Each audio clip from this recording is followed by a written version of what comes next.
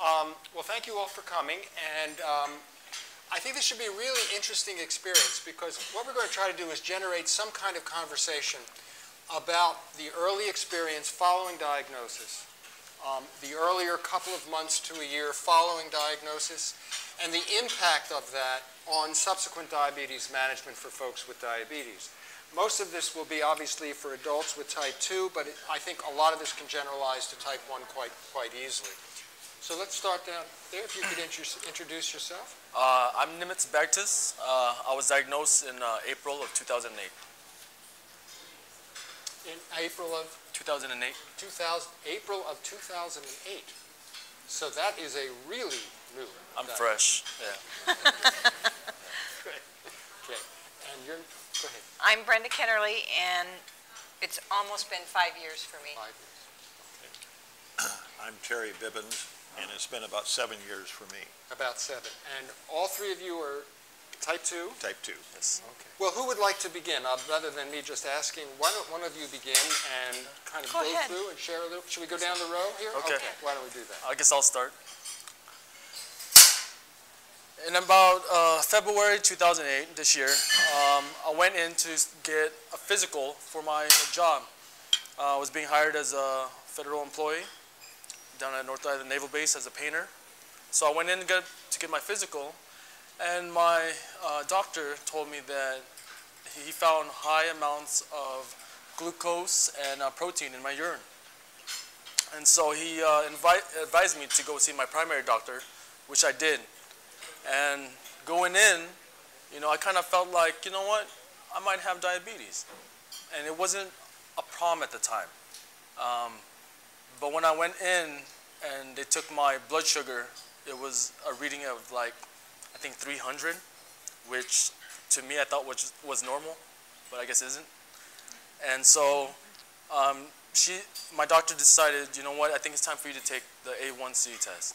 And she explained to me, you know, the whole process and about the 3 months of the stuff you've eaten and stuff like that. And now, at that point, now I was scared because I just thought about all the stuff that I ate, like the burgers, you know, the candy and all that stuff, and the half a pound of fudge, I think it was. But and that was scaring me because if that test could tell you, you know, if you have it or not, then I was like, you know what, I probably do have it. And I've always been big all my life, you know. I don't know what skinny looks like. And it's not a problem because I'm comfortable with myself. And so about 2 weeks later, I got the results. But within those 2 weeks, it was nerve-wracking because, I mean, it's almost like, you know, a father finding out if he's going to have a baby boy or a baby girl, or someone trying to find out if they have HIV. I mean, you know, I always hear that diabetes is a disease, but I never really looked at diabetes as anything really. You know, I just thought it was, okay, you have it, like you have a cold. But, so my doctor told me, you're type 2 diabetic. Wow.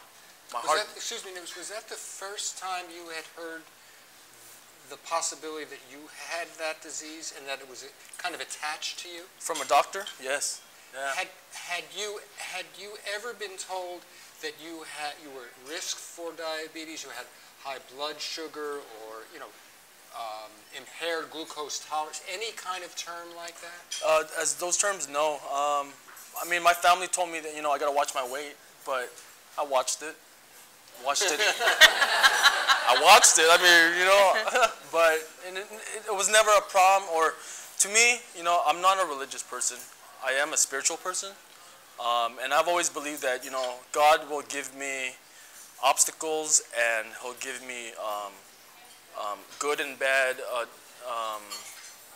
traits, and I either deal with it as it comes. And if I had diabetes, that's just something I have to deal with, you know, and that's how I looked at life. Not that I don't care about my health. I've always been active, you know, and, you know, I do care about life. It's just that I just take it as it comes. And so I found out, and my heart dropped. Pretty much, you know, I told myself I have two options. Option A, I let it eat me up and dwell about it, you know, and feel depressed and all that, you know, negative stuff. Or option B, take it full force and hit it. I mean, I have it. I might as well deal with it, live with it. And as time went on, maybe the first week of finding out, I looked at it like this. God gave me diabetes, and I'm going to embrace it. It's going to be an extension of who I am. Just like, I have a leg, an arm, my heart, my soul. It's going to build me. It's going to build my character. And I think that's what it's doing right now. And so, of course, after that week, I saw my doctor again. I wanted to know, what can I do to improve my health? Or, either get rid of diabetes or at least manage it. And of course, she told me I have to take about 8 different pills. Wow. And 2 of my pills aren't really covered by my insurance, which is it's a problem. It's expensive, but I mean, I do have a job, so I can pay for it. But I don't want to be on pills for the rest of my life.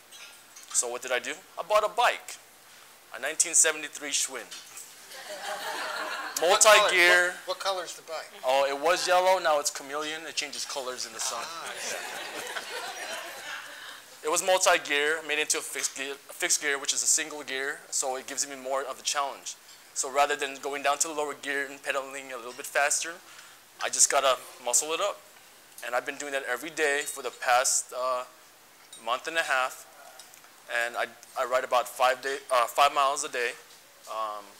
And on the weekends, I'll ride anywhere from 20 to 30 miles. You don't see it now, but take in mind, 3 months ago, I weighed 11 pounds heavier. So, and I have been losing weight because I'm on my last hole on my belt buckle, and my pants still kind of falls down. That's not even the cool part. The cool part is when your boxers don't stay up. You know what I'm saying? So, I might need a belt for that too. So, and that's what I did. I took classes. I talked to other diabetic patients and friends that have diabetes, and I have coworkers with diabetes. So, I knew right then and there, I'm not the only one. I mean, of course you would know that, but at some time you would feel you are the only one. And that was a good thing, so I was taking the pills, I was doing a lifestyle change, not a diet, you know what I'm saying, because, we all know diets don't work. So I changed my life again. This was a whole new chapter in my book of life. So that's what I did. And what do I know now that I didn't know then? You know what, I kind of, it's not, like I said, it wasn't a surprise that I could have it, but I did teach for about 4 years. I was in the school system for about 8 years, and seeing kids today, I mean, with the obesity, rising, and I mean, I think it's been there because I think I was an obese kid, and so, but seeing, now being an adult and seeing kids at that stage, it's heartbreaking to me. You know what I'm saying? And to me, being Filipino, I got a lot of tough love, and I just didn't see the way my parents were trying to deal with my weight issues as positive. So I tried to instill a positivity to the kids that I was teaching. And it's difficult because a lot of parents, they're not really supportive. Well, at least the parents that I dealt with. And I didn't really understand that. And I kind of wish that, they would, take their kids to diabetic classes and, teach them, or even teach the parents. Maybe that's the one thing we really got to do is not just teach just the patients that have it, but the people that they're surrounded by, their family, their wives, their children. Because, I don't see why we have to be the only ones to deal with it. Not in a sense where, like, if we're dwelling on it, everyone else should dwell on it. But, we should definitely have a support system. Let me just interrupt you for a second. Do any other of your close family members have diabetes? As about 2 months ago, I found out that my mom's mom has diabetes. But in the Philippines, their financial stability is not as great as we have here in the States. Mm-hmm. So, they're in the Philippines? They're in the Philippines, yeah. So you were told by your primary care physician, and the confirmation of it after A1C, was that, did you get a call, or were you in the office? No, I went in. You went in to see. And what happened at that visit? When you went in and were told, what happened between when you were told and when you left? What do you remember what went on? What you were told to do? What? Well, one thing about my physician is she's to me she's wonderful. She's probably the best physician I've ever had in my life. She's easy to talk to. She brings it down to a more personal level rather than doctor and patient. It's more like, to me, talking to a friend. And that's the one thing that I think that's helped me out through my process. And not just her, but my doctor at the naval base and the dietitian that I've had. Everyone that I've encountered dealing with diabetes has been there more like a friend than a professional. I'm not saying like, professional, but like, they're here and we're here. I've always felt that we've always been equal. And that's the one thing that's really driven me. Made a big difference. Yeah, definitely. Oh, yeah. Is there anything that happened in the early weeks that you think was good and really helpful, and I guess, things that you would have liked to see more of, or things that left, the gaps that weren't filled looking back on it now? You know what? I don't really think there were anything that any gaps, because like I said, I took it full force, and I just took it and just said, you know what, I got to drive with this. I mean, my eating habits. I mean, I was, that commercial with Subway and Jared. I was like, well, I can be Jared, So what did I do? I ate Subway for a month. You know what I'm saying? And I would rather eat Subway for a month than buying food off the Roach Coach, And I could have my multi-grain bread and my mustard and, and my lean meats, and my salads, you know what I'm saying? So, I mean, that changed, you know what I'm saying? But you know what? No, I've really been open about this. Good. So. Okay. Any questions? Yes. Oh. You were just diagnosed in April. April? Yes. So how did you get here tonight this fast? Good question. Let me see. I guess I have a charm. I think that's what that's what my Well done. I charmed my way into it. I don't know, like Well done. No, not okay. Yes, part of it is the charm, but the other part is the story. You know what I'm saying? Like, I guess Susan was, my primary physician, she contacted me and told me about this event and told me to contact Susan, which I did. And, we shared my story back and forth, and she thought I'd be a good panelist, I guess. Unless we were the only three that emailed her, then I guess it's a process of elimination. Any other comments or questions or thoughts or things that come to mind as you hear Nimitz's story? Were you taught how to use the meter, or did you have to go it on your own? No, I was taught everything. I mean, like I said, the people that have helped me from the start, I mean, from my primary to my dietitian, they have shown me, and if they didn't show me, I would definitely ask. And yeah, they were very helpful, and I mean, I did have to tinker with it a little bit, but no, I've been very satisfied with my providers. Did I answer the question? Okay. Yeah, one of the things that's really striking in Nimitz's story is the hands-on, centralized approach, that so much of this revolved around the office, and that he was walked through all of this. See if I have this right. No, definitely. Yes. With the people he knew the most. Yeah. Right? Oh, yeah. And that all the technical stuff, at least before the formal education program.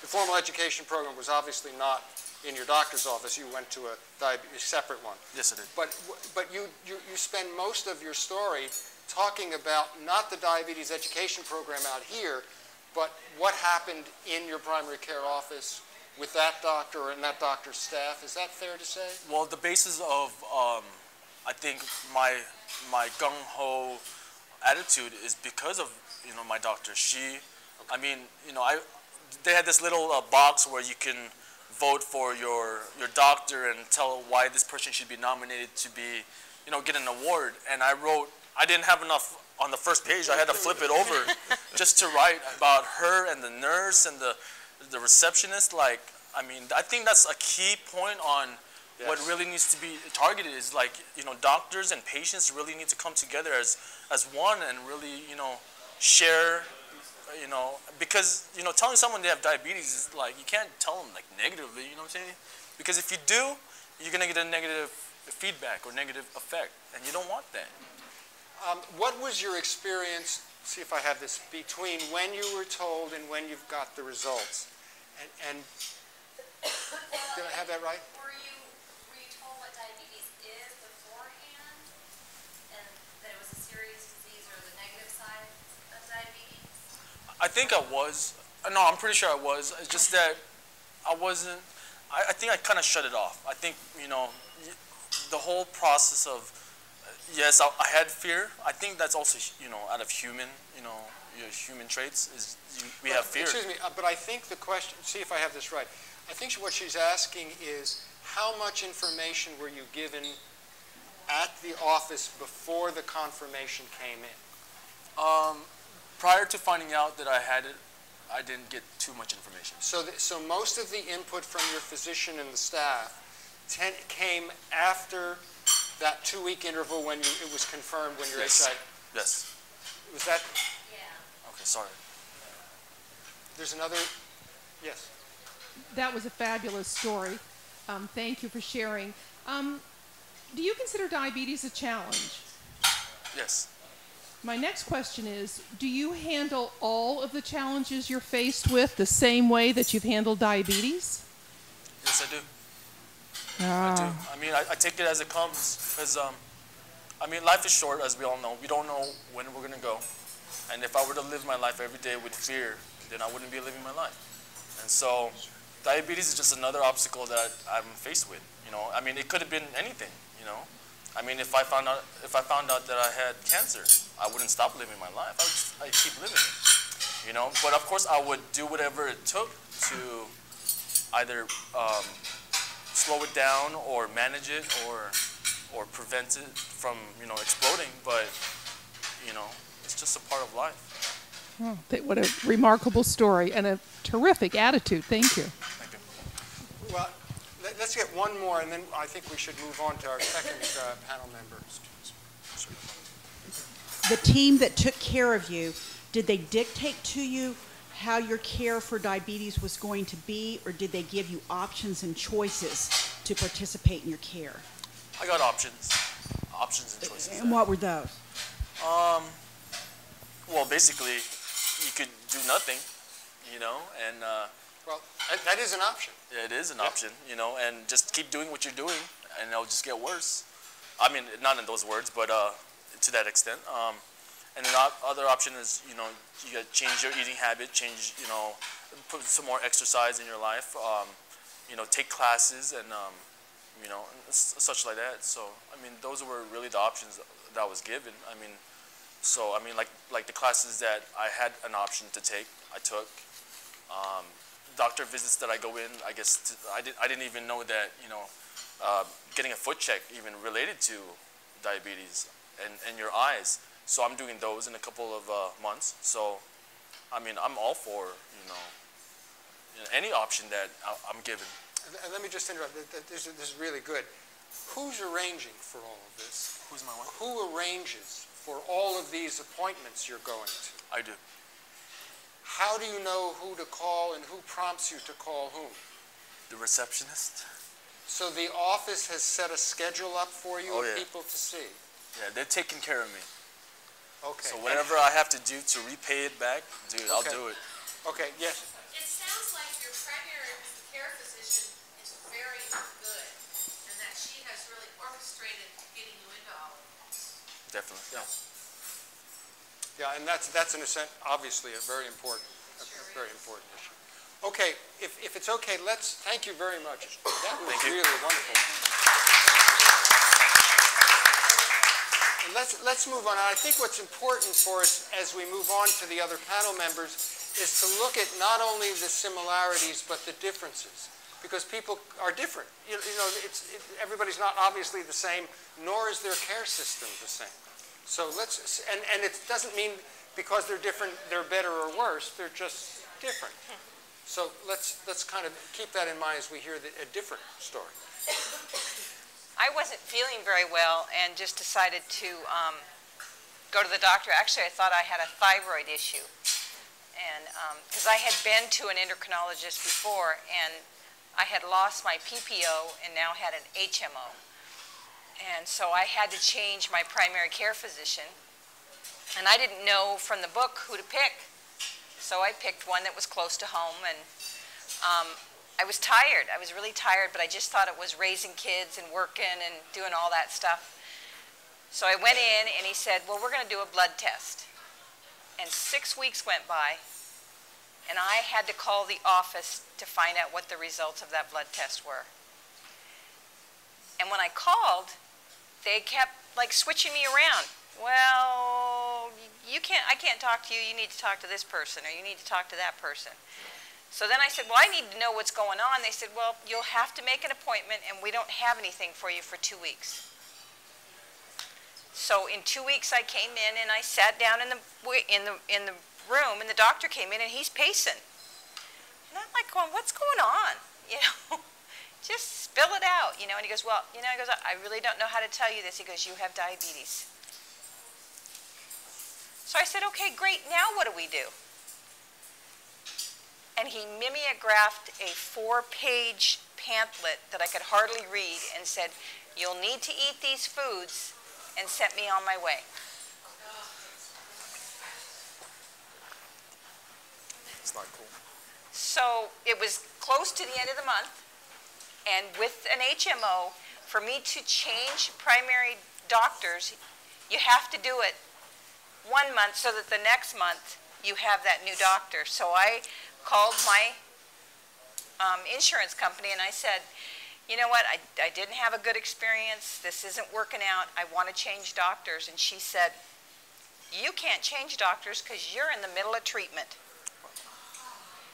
And I don't know where I got it from, but I just said to her, lady, I'll be in the middle of treatment for the rest of my life.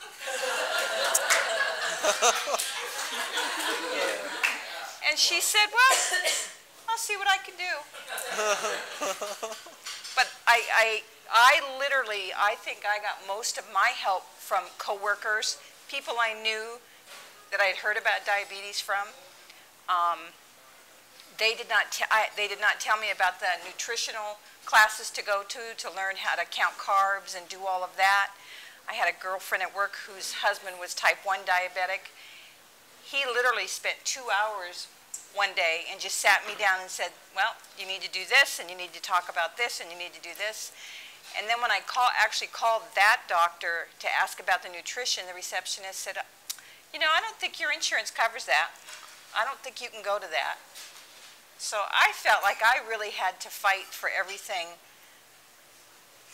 that I needed to make myself healthier and better, because I was totally in the dark. And then she said, well, you can go to the pharmacist and pick up your meter. I went to the pharmacist and picked up my meter, took it home, threw it on the table, and looked at my husband and said, I'm not doing this. I had no idea. I had no idea how to put the strip in and do any of that. And my husband said, okay, I'll do it first, and then you do it. He goes, I'll read the directions, and we'll get this done one way. Had you received a prescription for medication by then? They put me on the metformin. Metformin. Yeah. So. But you didn't go to a class or no. Nothing. No, not until I changed physicians, and then when I changed primary care physicians, I said I want to go to an endocrinologist. And so you said that to the new primary care. Right. And he said, okay, we'll get that set up and we'll go. We'll and get how you long go. was that from that early experience until you went to the new physician? Couple months. Couple months? Yeah. Because I was so close to the end of that month, and if you didn't make the change, you couldn't get it the next month. Next round, yeah. So I had to go into the next month before I could get Because they had to discuss whether or not I could make a change at that point, because I was in the middle of treatment, of course. I see.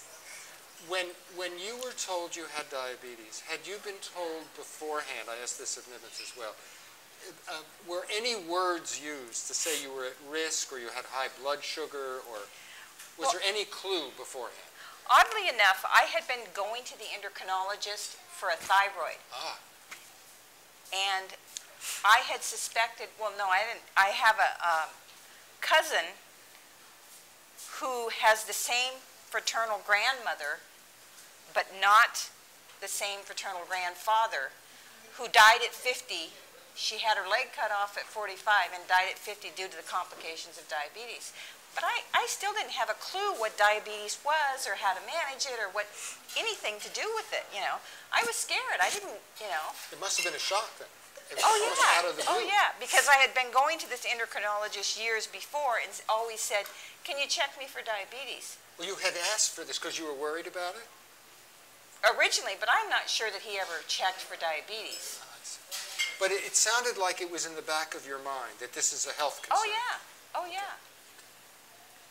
So you went now to the endocrinologist. Uh-huh. And how did that go? That was okay. I'm now seeing the physician's assistant, and I like the physician assistant even better than I do the actual physician. They seem to be more congenial. They take more time with you. They talk to you, you know, Sure. about those issues that come up and things that, you know, you're like wondering about. And Is it really- easier to talk to them? Yes, Okay. I think it is. Good. Any thoughts? Questions? Was there a sense of relief that you found a diagnosis, or no? Okay. No, I was scared. I really thought it was my thyroid and not diabetes when he said diabetes, because he was pacing the office. I was like, you know, if he would have been calmer, I would have been calmer, you know. But I mean, I had so many questions, I didn't know what to ask. You know, what do you do with that? I mean, I did say, what do we do now? But I never felt like I left the office like, oh my God, what am I going to do? What am I going to do, you know? And when she said that to me from the healthcare, I mean, I'm not a healthcare provider. I don't work in the healthcare industry, you know. I mean, and like I said, I don't know what possessed me to say that to her, but more of the effort that I wanted to get good care. I felt like I pay insurance. I should get good care, you know. Definitely. And so it's just speaking up and being able to say, I need to go to this, you know, person or that person. You know, maybe he didn't deal with that many diabetic patients and he didn't know what to say. Yeah, you know, it's really interesting you say this. How difficult it is to give, quotes, bad news, and obviously telling someone they have diabetes is not bad news in terms of it's a troubling thing to communicate. It can be very painful, and delivering that information is really difficult for a lot of people, very difficult. And what you see here in this story is what happens so typically. The anxiety level goes up in the patient because the anxiety level is up in the healthcare professional. And the pacing and the awkwardness is reflected in the entire office because nobody would talk to you on the phone. You're getting passed around. So the whole tone of the office, in a sense, reflects this difficulty in knowing how to handle hot information, you know, Yeah. so to speak. And it gets communicated, and it makes the whole process a disaster, which it sounds like, unfortunately for you, that was kind of the case. Yeah, yeah. How has that, oh, I'm sorry. Did you ever wind up with a physician or anybody that got you involved with diabetes educators, or I mean, Yes, is this... when I got the current physician that I'm with now, they sent me to Briar Patch, which was wonderful because they do the nutritional classes and they, you know, then we got hooked up with Sharp, which was really nice because I did classes not only with me but with my husband. Since my husband is my spouse, he has the chance of getting diabetes too because of the lifestyle that we live. And he was, you know, very supportive. Those have all been very, very good. By the way, you're not going to hear, Did I prompt you to say that? No? You're sure now? No. I'll meet you afterwards for a drink. Thanks. You don't, that is, I've been trying to communicate that message for a long time, and it was just great to hear someone. And actually, Nimitz said the same thing, the importance of involving family at the very beginning. And really, because this is a family disease, and you've all heard that, but so few of our programs, especially in the beginning, really take a family focus. And Bill and I and Susan did another study around that kind of intervening at that level. We can talk some about that later. But again, the family, I just want to accentuate that issue. I was just curious to find out from start to finish, well, not finished yet, but because we're always having a learning process, but when did you start to feel comfortable, like, okay, I have a handle on this disease, I can check myself, I know what the numbers mean, I know what the food means and how it's going to affect my sugar levels. How long did it take you to really feel comfortable with that, in control? I would probably say about a year and a half. For me, I stopped eating. You know, if I would hear an educator tell me that my blood sugar would go up because I ate a banana, because it has a high glycemic, then I wouldn't eat bananas.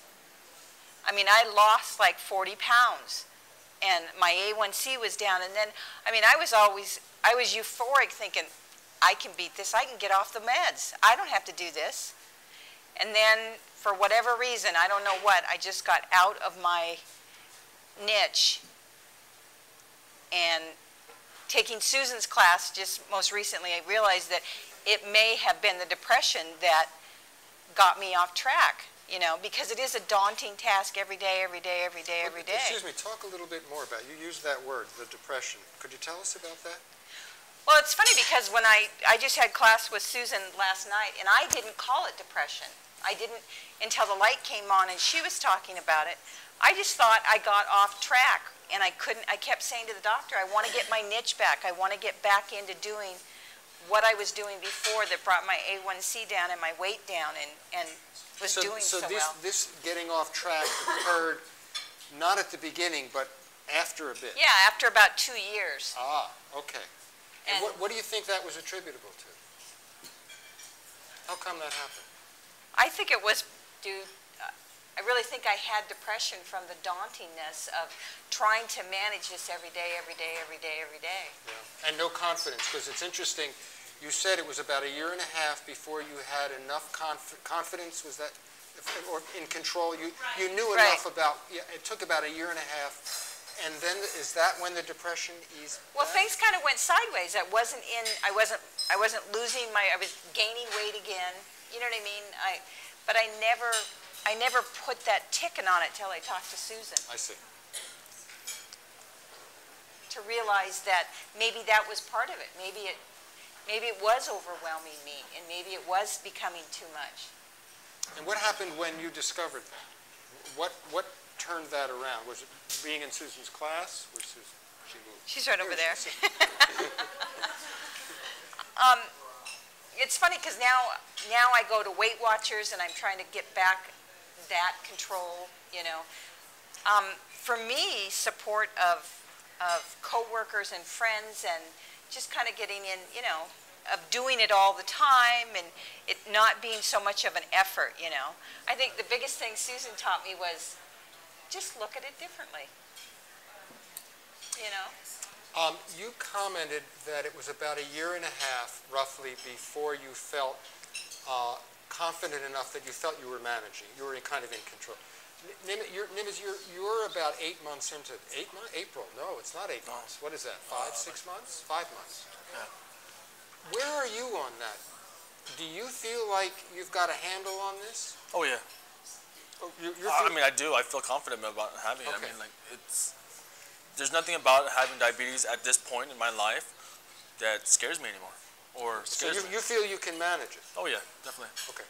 I mean, we're all in control of our bodies, aren't we? Like, I mean, I understand it's also a mind thing too. Yes. But I guess I'm blessed with having the motivation and the willpower to fight it as like I'm doing right now. Good, good. Any other, did you have some more you wanted to say? No. Okay, any other comments or thoughts? Oh, sorry.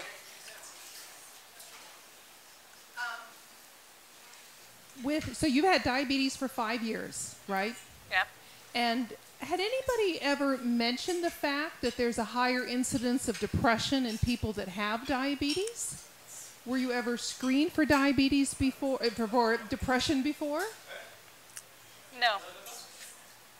I believe I heard it at like a nutrition class when they were talking about it and reading, maybe reading in a pamphlet that diabetes has a 50% chance, greater chance of becoming depressed. And I have one more question. So your first physician, that when you called up and you asked for classes and the receptionist thought that your insurance did not cover that, but that was the same insurance program that you had when you went to your new primary care, and it was covered. Oh, yeah. What does that tell you? Bless your persistency. Yeah. Well, only because I had talked to somebody and said, you're entitled, you need to do this. You need to learn the ins and outs of all of that. The issue of being very proactive. Yeah. It's all yours, Okay. just as your food research. I have an entirely different story here, and Susan was marvelous in picking different panelists here tonight. I'm 71 years old. I was diagnosed about 7 years ago. I happened to be in a assignment then with the federal government. I'd retired from industry, and I was lucky to get a fun job in D.C. And so I had government insurance, the same insurance Congress members have, the same insurance that all federal employees have. And because I just moved, we didn't have a primary care that we knew and trusted, so I did much the same thing here. I looked in a book and went to one that was very close to us. And the first time diabetes ever entered any of my communication was when I got my blood test from that annual physical that I always have taken for the last 50 years. There was a note in there that they mailed to me that said, possibly pre-diabetic. And I thought, that's interesting. Next year I'll ask him about it when I go back to see him. We had a fortunate thing happen, fortunate for both of us. My wife had a breast cancer scare, which luckily was just a scare. But as a result of that, through a good friend, we went over to Georgetown University and started working with the group over there. So the next time my annual physical came up, I was under Georgetown. And when the test came back, they said, you are diabetic. What we're going to do now is we're going to walk you down to the endocrinology office and we're going to sign you up for an appointment with the endocrinologist. That was the most incredible bit of luck that anybody could have ever had. And one of the things that I want to share with you is how important you were to me. I bless you all for being here and for doing what you did, because I didn't suffer the problem that Brenda did of being frightened. Nobody in my family history had ever had any recorded instance of diabetes. My mother, in her terminal end of life, had the traumatic or the trauma diabetes, but that was after I was diagnosed. So I didn't suspect that I was a diabetic. I didn't know anything about it. I didn't know what to do with it. I knew it was a disease and a lot of people had it, so it didn't scare me. And again, when I heard it, they told me, let's go down and sign you up with somebody who can help you understand it. I think they saw me within a week. They got me on the schedule within a week. Very fortunate to have a marvelous endocrinologist there, a young lady about your age around here. And she said, yes, you have it. Here's the situation. Here's what you need to do. Here's a meter. Here's a prescription for a meter. We'll show you how to do it. But what's most important is we have a program this Saturday, an all-day program about diabetes education. We recommend that your wife come with you. So from about within 2 weeks of the time that I had the diagnosis, I was in front of some of you. First, the endocrinologist, the head of the Department of Endocrinology, came and gave a little brief pitch. And he had a marvelous way to capture our attention. And there was a broad spectrum of us, different weights, different ages, different races. And he gently but firmly told us, you have diabetes. You and only you are the ones who can control what happens from here forward. The DCCT tests had been announced, and he talked about that, and he said, what we learned from these tests is that if you keep it well controlled, you will die of something else, and this will not be a major problem in your life. If you don't, you probably will have to come back here, and we will probably have to amputate something. You may even come back and you may be blind. And then he said what got all of the males interested, and you may become impotent. So right in the very first 2 hours, I understood the seriousness of the disease, but it was framed in a way that if you don't take care of yourself, this is what happens. And then they went immediately in, here's how you take care of yourself. We had a nutritionist, we had a certified diabetes educator, and I'm not sure who all else we had. There was a nurse educator that I think helped with the meters and the things like that. So, again, very quickly, I got the things that Brenda should have gotten, and I got it because there was a coordinated team in Georgetown University. When I left Washington, my wife and I left Washington and came out here, we got a referral to Dr. Steve Edelman, the head of TCOYD, Take Control of Your Diabetes out here, which was another incredible bit of luck. The fact that I went from a group that was serious about education within their own group to UCSD and the TCOYD program, which Dr. Polanski and his team contribute to or are part of, really helped me understand how critically important my control was and my effort was. But having now said that, let me talk about some of the challenges that I faced with all of this great education. I did exactly what the nutritionist said. I have never dieted in my life. Carb counting was something that I really had a challenge with. I'm an engineer, but trying to figure out all the carbs in that was very complicated. So what I started doing was writing down everything I ate and then looking at what happened with my blood measurements. And I'd do this, 4 or 5 measurements a day, breakfast, lunch, and so forth. And I found some interesting things that didn't make any sense to me until the glycemic index became popular. Because it said you can have this amount of potatoes or bread or something. So one day I would have instant mashed potatoes, and the next day I'd have a baked potato, and I'd write down potato. So you were doing mini experiments. I was trying to figure out, yeah. Yeah. And the reason I started with 8.5 as my A1C. I worked it down to about 7, but it really wasn't getting down to where I needed to be to have the control. Well, who set you up to do them? A little bit of what Nimitz said and a lot of what the doctor and the education program said. And there was also a marvelous lady at work who was about 20 years my junior, who had type 1, who had had a leg amputated, had organ transplants. And she helped me understand that, Terry, you can read the book, but you have to learn how it applies to you. She taught me something that the books didn't tell then. They may now, but she said, I found in my case that different things work in different parts of the day. And so I started looking at that, and I found out that in the mornings, my body could not assimilate high glycemic index products. Any kind of starches would just shoot me through the roof. Same in the evening, but at lunchtime, I could tolerate them. So we changed our whole style of eating, and I would eat a large meal at lunchtime and light in breakfast and evening.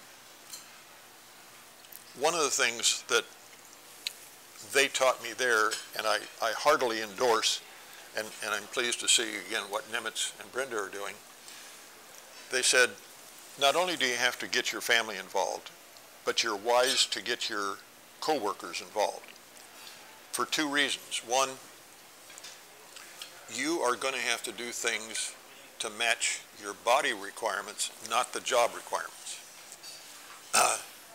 And I found during the mornings, because I was used to eating a heavy breakfast, and now I couldn't, I found I was getting a sugar low about 10 or 11 o'clock. And I found out I got very grumpy.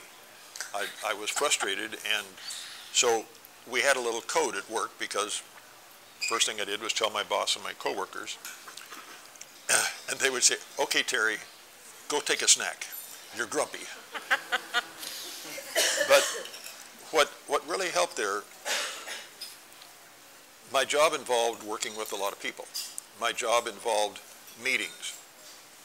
And I was never, in my career, never one to duck out for a snack or something, or to bring a snack to a meeting. What I started doing was telling everybody, excuse me, but I'm going to eat my breakfast snack, my morning snack. They understood. There was no problems, no questions. But part of the education program was learning that I had to realize that the whole part of my being able to control my diabetes was to do exactly what my diabetes needed, regardless of what was happening around me. And that took a real shift in the mental process. How did you get there? In other words, is this coming pretty much from you and your style of approaching the world, or were there things that were going on in the care system with your diabetes educator, with your physician, with all the other folks you're working with that facilitated that or prompted it, or how did that work? There were three things that made it work, and it goes back to a lot of what Nimitz said. He believes you have to be in charge of your body, your world, your job, and so forth. What I learned, and again, being a very dedicated engineer, I did these charts. I have 2 years of binders of these charts every single day that I had, and I'd see them go up and down. And I found out that sometimes we're working real well, sometimes weren't. And when I took my snack when I needed it, when I didn't eat when I should have, when I ate too much at the wrong time, I could chart it that day. I didn't have to wait for my A1Cs. It was right there with the meter. But I'll have to say that until I started doing that, it was a mystery. It seemed like Why did you start doing it then? What prompted that? Because what I saw was chaos. I would do exactly what the nutritionist said, and I would see the meter go up. The next day, I'd do exactly the same thing, and everything was just right. And it wasn't until I started really, again, with the glycemic index and looking at the time of day, did I realize that they were right. Potatoes are not potatoes. A German dark bread is not the same as the Sunbeam white bread. Rice is different than a strong dark pasta. It was that kind of stuff that I saw in my charts. And that's the only thing that I encourage you as nutritionists and educators is if people are having trouble controlling it, ask them to write down what they do. They don't have to have a silly chart and have their computer plotted out as I did. But turning it from being chaotic, and I was doing everything that they told me to. I went from, I should have known I was diabetic now that I know the symptoms. I was drinking Coke because I was so thirsty all the time and going to the bathroom every 5 minutes and doing all the traditional stuff. I switched that completely. And I'll speak to something else that was very important for me.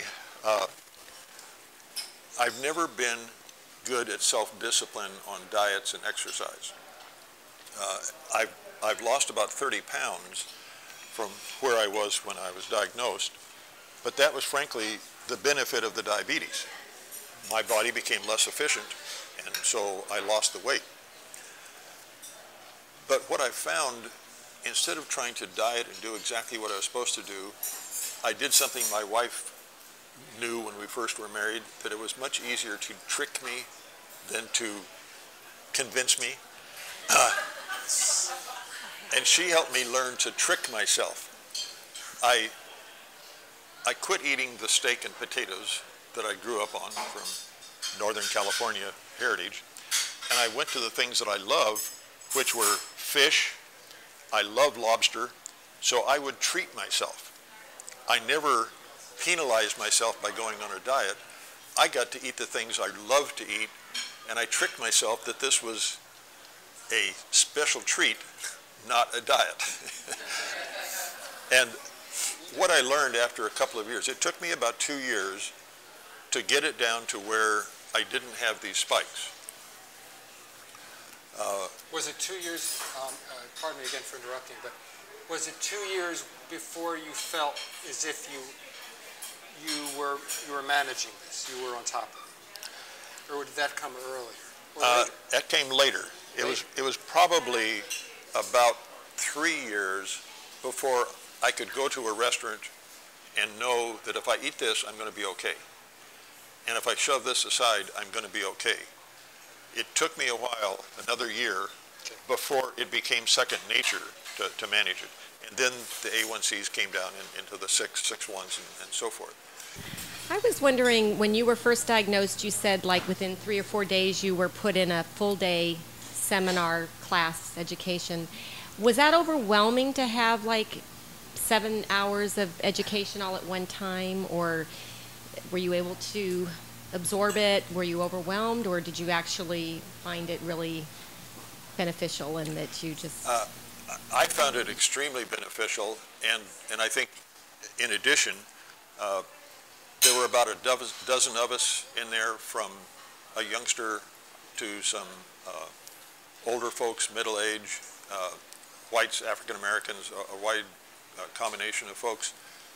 I think every one of them was able to absorb it and gather it because the education was presented at our level. They didn't use any medical terms. They explained it in lay terms. And we had a wide range of educational backgrounds, again, from kids to older people.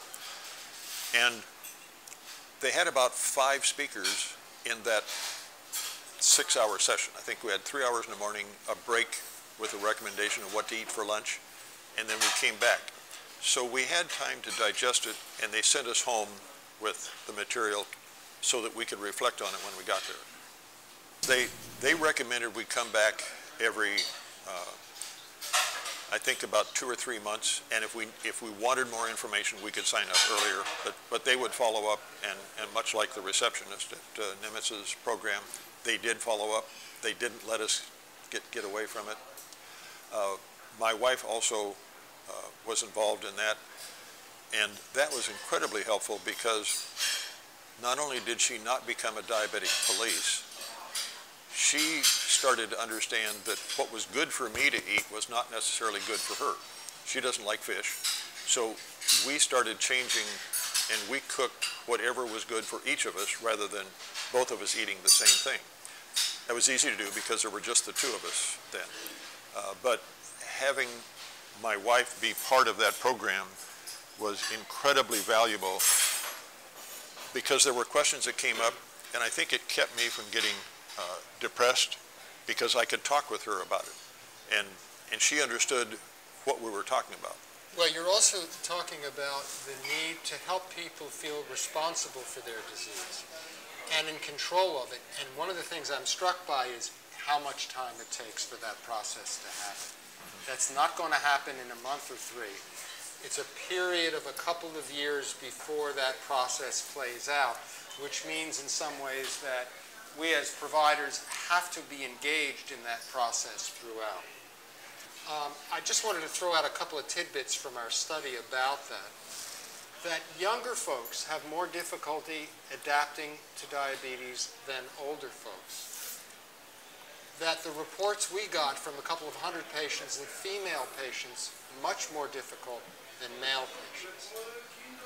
So you see these range, it's not the patient.